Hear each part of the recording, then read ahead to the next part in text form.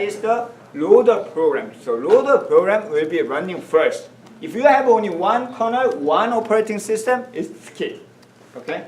Then finally, using the boot control block, then it has the information, location of the operating system. Your operating system will be started, first process.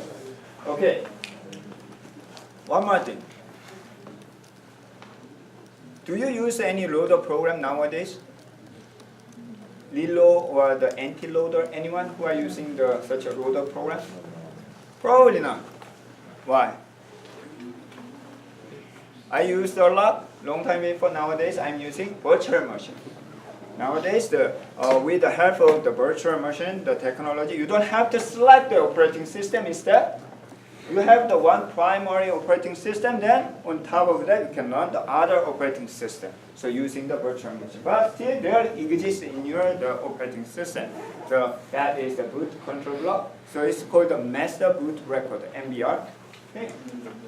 Then operating system uses the file control block for the metadata information of the each file. So each file, this file has what kind of information?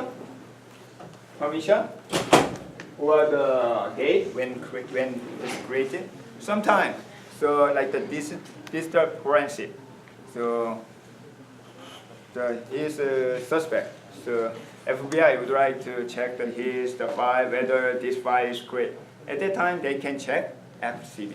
So FCB has the history of when it's created, when it's the last time modified. Even antivirus program use this information. If most of the virus program illegal means not through the the path of the file open and file modify, file close. Instead, directly change some part of the code or the embed the other malicious code, which means sometimes they change their file, but it's not updated on the FCB. Okay, so antivirus program usually check not the entire file information, whether there is malicious or not. Instead, they try to check this metadata information. Okay, then also as we learned today, so ownership, group, and the access control information. And file size also used a lot for antivirus program. They like if some of the malicious program is added or changed, then their real file size is different from this file size.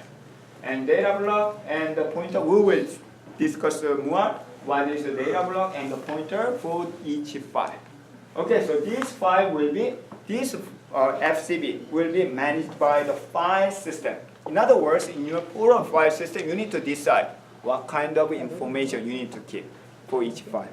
Right now, it's not easy to imagine, but we will see one by one what you need to implement in your program file system. Then, when most of the file system, when you start your operating system, it's not automatically, so through the kernel.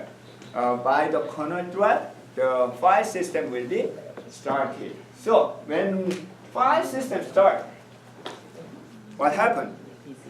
You may not realize because it's a part of a booting process. But during the booting of your operating system, file system will be started. Then what happened? Always two parts. Whenever you start the application program, any process in the operating system, starting the program means memory. Okay? In the memory. So creating process and also additional the memory will be used for efficient processing. So memory management. Another thing is other I/O devices.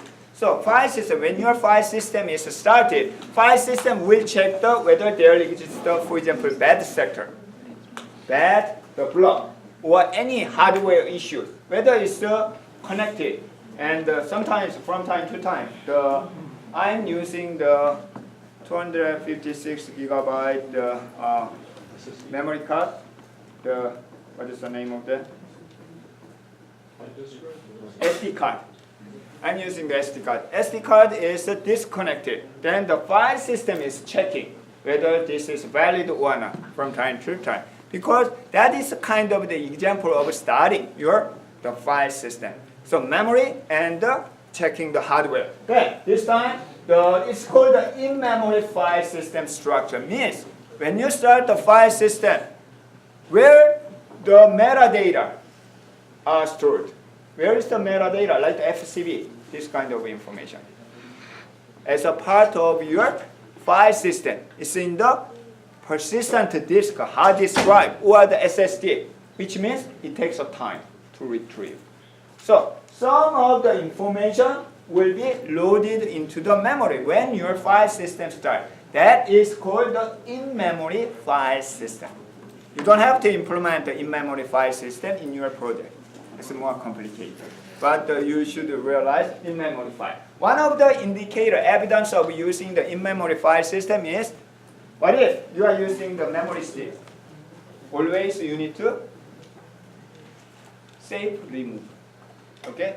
What happens when you click the save, remove the memory disk or the USB disk? Why do you need to do that? Because one thing is in-memory file system. Your metadata information first stored at the in-memory file system, then flushed to the hard disk drive. Another thing is cache.